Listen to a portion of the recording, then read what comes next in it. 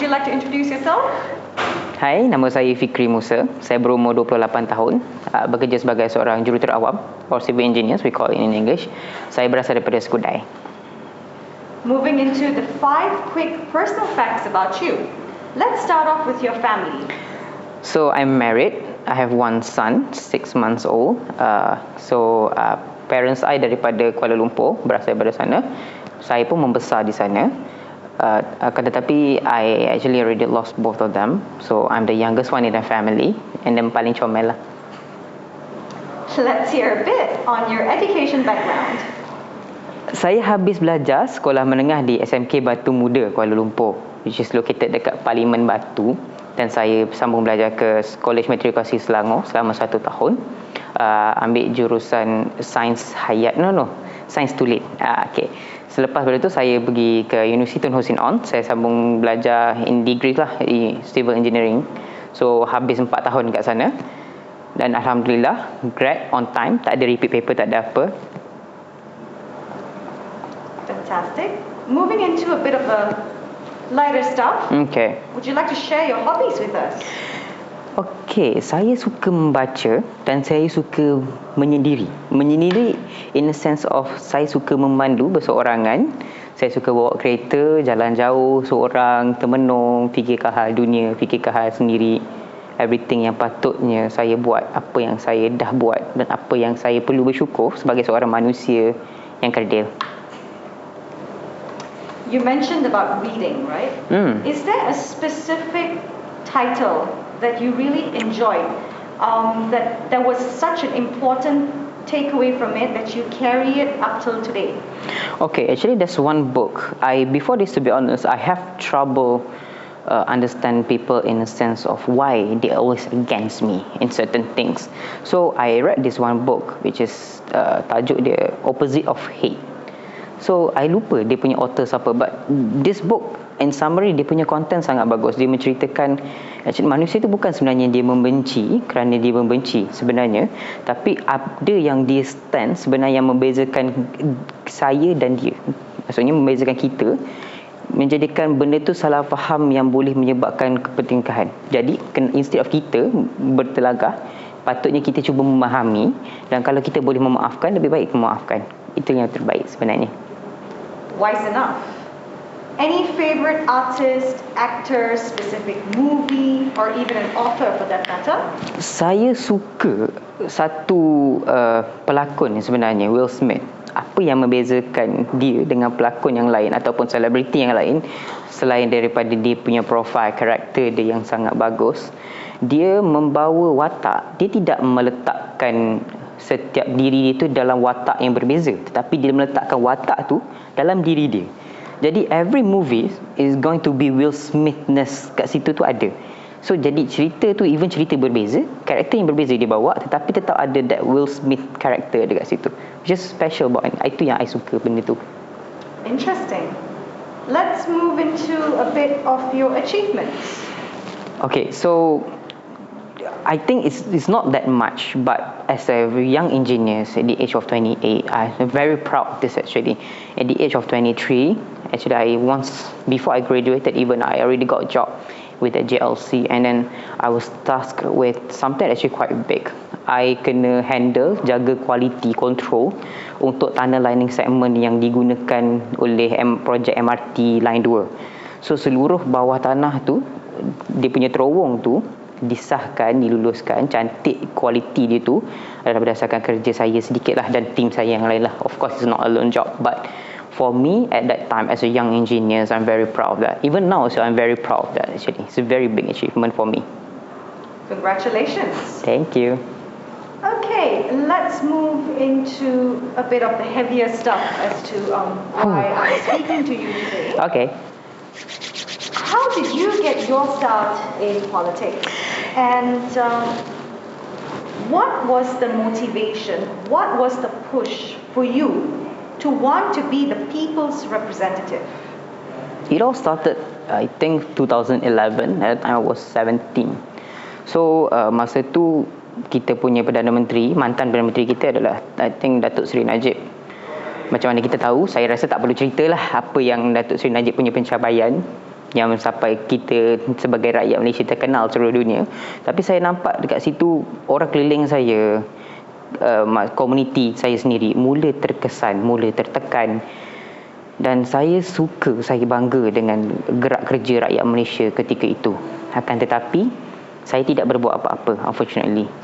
Fast forward, saya masuk ke universiti, saya nampak benda tu makin teruk. Apa yang berlaku tu masih lagi berlaku. Apa yang sebelum ini kabur, perbuatan itu sudah makin jelas. Mungkin minda saya makin terbuka ketika itu.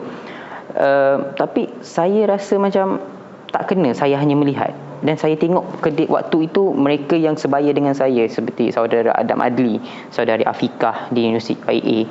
Mereka melakukan satu benda yang sangat-sangat saya hormati, sangat-sangat saya respect sebenarnya.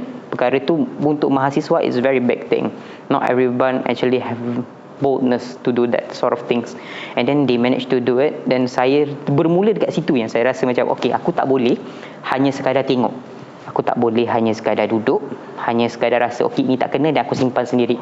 So what I do is that I start to mula memberi kesedaran kepada mereka. At that time I was very small. Even now tu saya masih lagi kecil sebenarnya. So saya cuba sekadar saya mampu sebagai seorang insan yang bergelar mahasiswa, saya cuba saya berkecilan untuk bergerak menyedarkan komuniti. Dan saya seperti yang anda tahu, saya belajar di Universiti Tun Hussein On, di kawasan yang luar bandar lah. Jadi ada yang mereka ni tidak mendapat kesedaran sepenuhnya atau tidak rasa jadi kesan tu, mungkin kerana mereka sudah biasa diberikan gula-gula dan sebagainya, gula-gula. So benda-benda ini yang saya cuba sedarkan komuniti masa tu. Kita mulakan buat program dan saya sendiri pun bergerak aktif sebagai wakil pelajar dan sebagainya. Ketika itu bermula di situlah, dan saya tidak berhenti sehinggalah saya bekerja sebagai seorang jurutera. Saya tetap cuba untuk kalau boleh mana saya involve dengan kerja macam tu, kesedaran dan sebagainya saya buat. Tapi saya rasa masih tak cukup. Sebab itulah saya sekarang berada di sini, berada dengan muda. Saya rasa platform tu sangat cantik dan kena dengan ideologi fahaman saya, which is politik khidmat dan politik dasar tu bergerak selari. Sebab ramai ahli politik, maaf saya cakap, mereka hanya pandai cakap. Jadi saya rasa benda tu tak kena. Sebagai seorang jurutera, as a problem solver, I think that we should do it physically. Kita kena gerak, kita kena usaha dan juga kita kena berfikir. So muda is a very good thing. Kena dengan jiwa saya. Sebab itulah saya berada di sini sekarang dan saya cuba untuk buat sebaik yang saya boleh. Sangat menakjubkan, ya. Thank you. I wish you all the best. And, terima kasih. I wish that you have the energy to carry on the spirit for rakyat Johor, ya. Thank you. So moving on, how would you envision Johor to be in the next 5 years? Saya membayangkan Johor ini satu negeri yang membangun, bukan hanya di Johor Bahru dan bukan hanya sekadar di beberapa kawasan kecil di serata Johor, tetapi setiap daerah dalam Johor itu sendiri betul-betul diguna pakai, maksudnya potensi mereka itu sendiri diketengahkan. Sebab kalau anda sedar, setiap kawasan di setiap negeri Johor ini ada potensi yang sangat baik untuk jadi bandar yang maju sebenarnya. Jadi itu yang saya bayangkan, mungkin dalam 5 tahun, of course, masa yang sangat pendek, dan sebagai people person, saya tahu benda tu tidak boleh digerakkan dengan cepat. Akan tetapi every single step yang kita buat itu, saya rasa berguna, dan saya yakin dalam 5 tahun itu saya nampak akan ada sedikit perubahan. Saya akan ada perubahan yang akan memacu kita lebih laju dan memacu semua bangsa Johor untuk lebih bersatu ke arah unity itu sendiri. Interesting, yeah? You're going against veterans that have been around for umpteen years now. If you don't mind sharing with us, what is your strategy, or how are you going to be doing things differently from the orang tua-tua yang telah berada di the land of Johor for years? Okay. Jadi saya tahu ini bukan perkara yang mudah sebenarnya. Saya kena akui benda tu. Tapi saya percaya dengan gerakan muda itu sendiri kena dengan jiwa saya, which is politik dasar dan politik khidmat itu bergerak selari. Ini perkara yang saya yakin sebenarnya ramai pun sedar tak ada parti politik lain yang buat. Jadi kita bergerak selari macam ni, rakyat akan nampak. Rakyat hanya bukan sekadar mendengar. Kerana ramai ahli politik ni pandai bercakap. sangat manis kata-katanya sebenarnya. Tak kiralah apa bangsa sekalipun, kalau dah namanya ahli politik, mulutnya semua manis. Tapi tak semua yang actually boleh bergerak dan melakukan tindakan itu sendiri. Jadi apa yang saya boleh ketengahkan adalah saya sendiri akan bergerak, bukan hanya sekadar berkata manis, tapi saya akan buat dulu. Saya akan pastikan apa pergerakan saya itu mendapat kesan yang terbaik kepada rakyat itu sendiri. Whatever I do, I will make sure every single step that I take will benefit the rakyat itself, the people of Johor.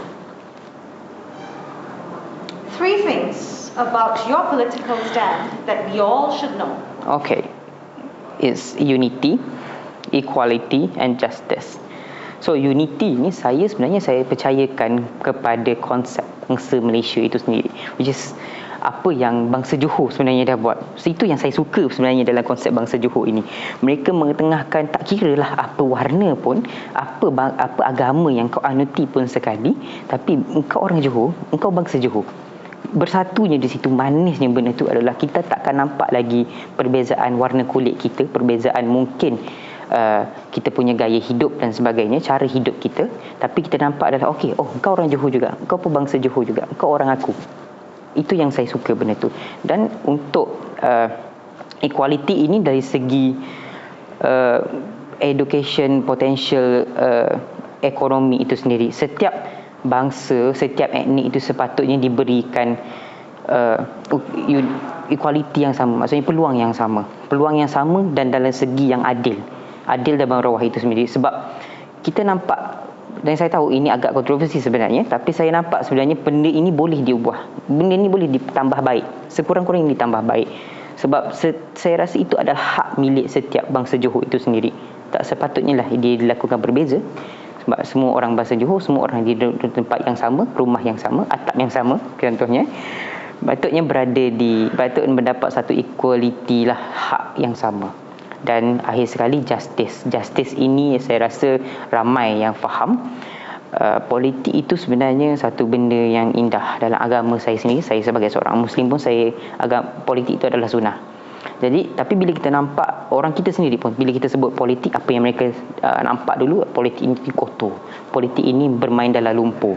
Jadi saya tak nak benda itu lagi sebenarnya. Sebab kenapa benda jadi adalah kerana orang-orang kleptokrat ini sendiri, mereka ini menggunakan kuasa dan mereka tamak. Tak sepatutnya. Sebagai ahli politik, dan saya yakin mereka ni semua menganuti agama yang sama dengan saya. Fahaman mereka mesti sama dengan saya. Tapi kenapa mereka ini boleh lupa diri? Itu yang tak sepatutnya berlaku. Very deep and very enlightening, ya, saudara? Thank you. What is the one quote that gets you pumped up on a daily basis? Saya suka kata-kata daripada Soekarno. Masa ni dia masih lagi di madrasah. Kalau siapa yang kenal perjalanan dia, sangat berliku sebenarnya. So orang yang berliku perjalanannya ni selalunya akan lebih matang dan lebih wise, we call it that. So quote dia, tanpa pengorbanan takkan ada kebebasan.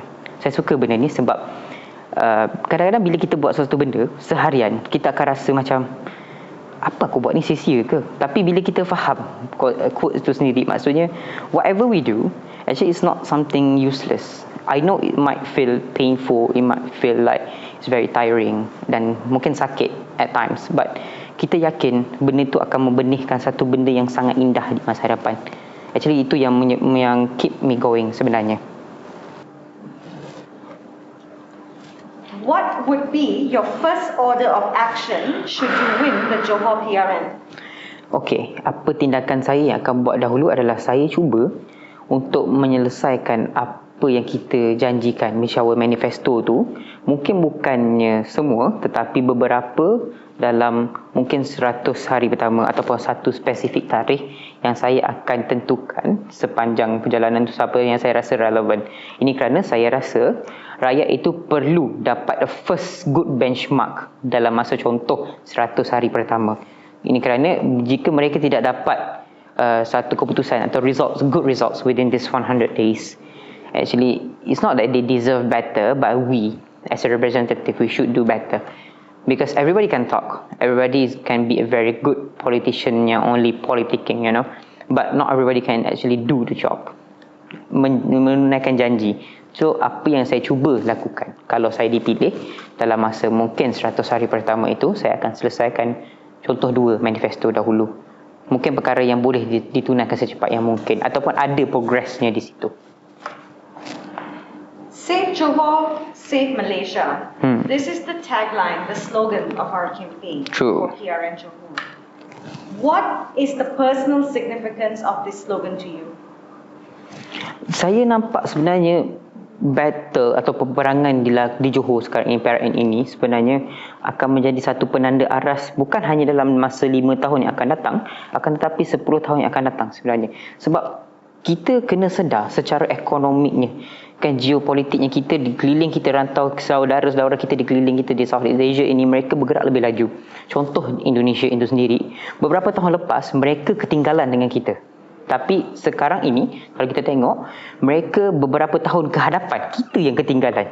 Jadi saya mengharapkan kalau kita menang PRN kali ini, kita boleh kembali bergerak secara accelerated beautifully like we did in all those days before. Sebab saya percaya sebenarnya masalah di Malaysia ini bukannya kerana kita tidak mampu bersaing secara ekonomi, bersaing secara geopolitiknya yang cantik, tetapi masalah kita ahli politik, kita tidak melakukan kerja dengan cantik, tidak melakukan kerja mereka, kerja hakiki mereka sepatutnya sebagai ahli politik. Tapi apa yang mereka buat adalah mereka terus melayan ketamakan diri, melayan kroni-kroni mereka sendiri. Jadi benda ini menyebabkan ekonomi kedudukan negara kita dah stagnan sangat-sangat lama. Jadi itulah saya rasa pentingnya PRN kali ini. Kita perlu ubah, jadi Malaysia selepas ini boleh berubah ke arah yang lebih cantik. 3 things we need to learn, do or say to bring in the semangat Malaysia baru. I'm sorry, can you repeat again? 3 things we need to learn or do or say to bring in the semangat Malaysia baru. Okay, kalau that thing saya rasa pertamanya unity. Because why? Kita Malaysia ini memang kita rasa semangat tu sudah ada, tapi kita perlu kukuhkan lagi seperti mana sampai tahap mereka-mereka yang bermain dalam politik ini sendiri tidak boleh lagi menggunakan retorik bangsa itu sebagai senjata. Itu pertama. Yang kedua, kita perlu bergerak, kita perlu berfikir secara bersama. Tidak perlulah fikir aku, engkau. Kerana kita kena sedar, Malaysia ini tidak lagi bergerak semaju negara jiran kita sendiri. Dan this is have to change. Ini kena ubah. Kita boleh ubah perkara ini bila kita sendiri berubah mentaliti kita. Kita kena bergerak bersama, tak perlu bergaduh. Pilih mereka yang boleh buat kerja, jalan terus. I can't agree more with what you just said, yeah? One word. You love. I love furries, binatang yang berbulu. Senang. Saya suka tau, tak kira lah kucing ke, monyet ke, anjing even. Saya suka benda tu sebab saya nampak, I know sometimes some of them actually very dangerous predators, right? Tapi those bulu tak boleh lah. I rasa macam I geram. I banyak kali tau. I ambil even kecil-kecil dulu pun I akan angkat je kucing. Even sampai sekarang pun angkat je apa binatang yang boleh angkat yang tak takut dengan I akan peluk, I akan cium. Itu habit I sebenarnya. I suka benda tu. Interesting. Yes. Last one. Your biggest pet peeve is? My own laugh. I sound like a hipster pun kianak tu when I laugh. Seriously, it's not fun. Sorry. So, bunyi tu tak sedap. Faham tak? Susah nak kontrol. I think that came across very naturally. dia lagi bahaya kan bila kita dalam mood serius, semua orang tengah serius, diam, suddenly I burst in laugh. So seriously like a hipster punya kianak. Tak kena. Sorry. Thank you very much for your time, Saudara Fikri. Welcome. It was a very enlightening, very visionary, and very light conversation, I must say. Here's me wishing you all the best. Thank you very much. Hopefully you come back with victory. Hopefully. Thank you. It's me signing off. Thank you very much. Bye-bye.